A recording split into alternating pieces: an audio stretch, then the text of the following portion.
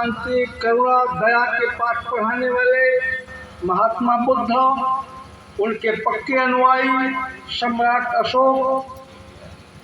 अशोक महान और तमाम उनके जो अनुयायी सावित्रीबाई फुले, ज्योतिबा राव फुले, छत्रपति साहू जी महाराज, जितने भी लोग हैं उनके अनुसरण, उनके सिद्धांत को पालन करने वाले लोगों को जगाने का काम किया है। अर्थात जो भी ये सम्राट क्लब के जितने भी मेम्बरान हैं या जितने भी सक्रिय लोग हैं, उन सबको मैं धन्यवाद देना चाहता हूँ कि आप लोगों ने जो सुसुप्तावस्था में हमारी शान शौकत पड़ी हुई थी, हम सबकी शान शौकत जो है सुसुप्तावस्था में पड़ी हुई थी, उसको जगाने का काम इस क्लब के लोगों ने किया। नहीं तो सब लोग केवल नाम जानते थे, बुद्धदेव, गौतम बुद्ध, अशोका द ग्रेट। आप वैसे महान पुरुष की आप औलाद है शासन, आप वैसे महान पुरुष की औलाद हैं जिनका ज्ञान और जिनके बारे में, जिनके इतिहास कहता है कि ये फर्स्ट ग्रेट एम्परर आपके थे जी।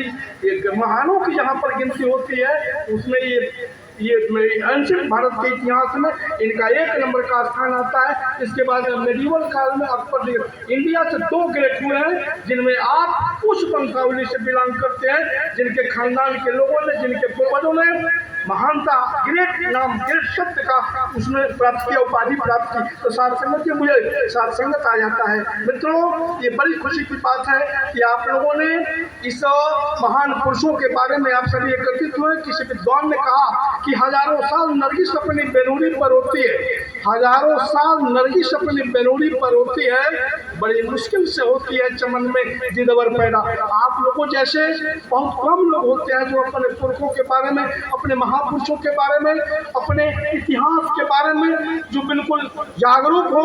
अभी तो जागरूकता नहीं आई है, लेकिन देखने से ऐसा पता चलता है कि नजर मिली तो नज़ारा मिलेगा, काशी मिली तो किनारा मिलेगा। उपस्थिति को देख करके ऐसा अंदाज लगाया जा सकता है कि कुछ दिनों में लोग जागरूक हो जाएंगे। और जब तक जागरूक नहीं होंगे तब तक जिस अतीत की बात आप करते हैं, अशोक महान के बारे में करते हैं, महात्मा बुद्ध के बारे में करते हैं, आप कैसे उस शान और शौकत को, उस उपाधि को आप प्राप्त नहीं कर सकते। सबसे पहले मुझे ऐसा लगा कि सबसे पहले आप बी एजुकेटेड हो, शिक्षित हो, be polite, be sober, and then you will get your success.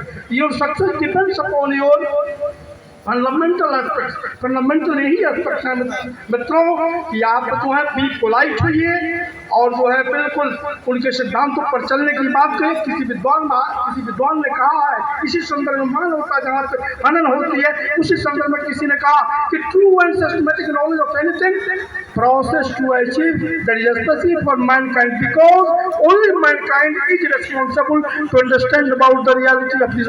आप जिम्मेवार हैं, आप जिम्मेवार हैं, मानवता को जगा दीजिए। प्रेम, प्रीति, सौहार्द भाव, बंधुत्व, भाईचारा अगर आपके पास नहीं है तो सच्चे मायने में you can't be considered as human body. और जिस स्थान पे, जिसके पास, जिसके हृदय में अगर हैवानियत, ईर्ष्या, द्वेष, जलन, डाह अगर है तो निश्चित रूप में मनुष्य नहीं है, वो हैवान है। अपीपो भवों में महात्मा बुद्ध ने यही कहा कि अपने आप को जगो, अर्थात अपनी करुणा को जगा दो, अपनी दया को जगा दो, मानवता और भाईचारा, बंधुत्व को जगा दो मित्रों।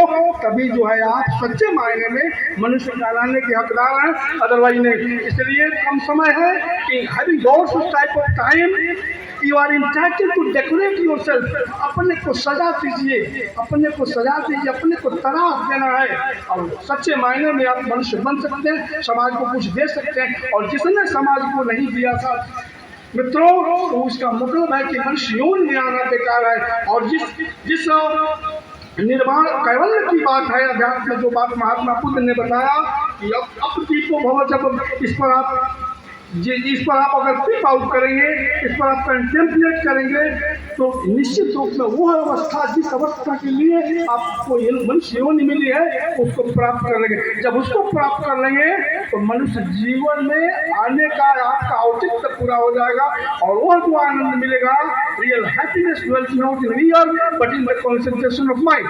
यही अल्टीमेट होता है। सामान्य की स्थिति को प्राप्त करना, निर्वाण की स्थिति को प्राप्त कर मुक्त हो जाना, अर्थात सांसारिक लिप्साओं से जब आप विरक्त हो जाएंगे तो निश्चित रूप में आपकी आत्मा, आपका सोच, आप निश्चित रूप में उस निर्वाण की अवस्था को प्राप्त करेंगे। तो साथ मित्रों, जिस चीज को आप देने के लिए यहाँ पे आपका आविर्भाव हुआ है उसको न भूलें और भाईचारा, प्रेम, मोहब्बत से अपने जीवन को बिताते रहें। इसी संदर्भ में 2 लाइन की कविता है। एक महात्मा, एक कवि ने कहा कि जी दुनिया चरागों की सफर में आंधियों का हो दबदबा, चरागों की सफर में आंधियों का हो दबदबा, इल्जाम इसका जुल्मत के सिवा कुछ भी नहीं।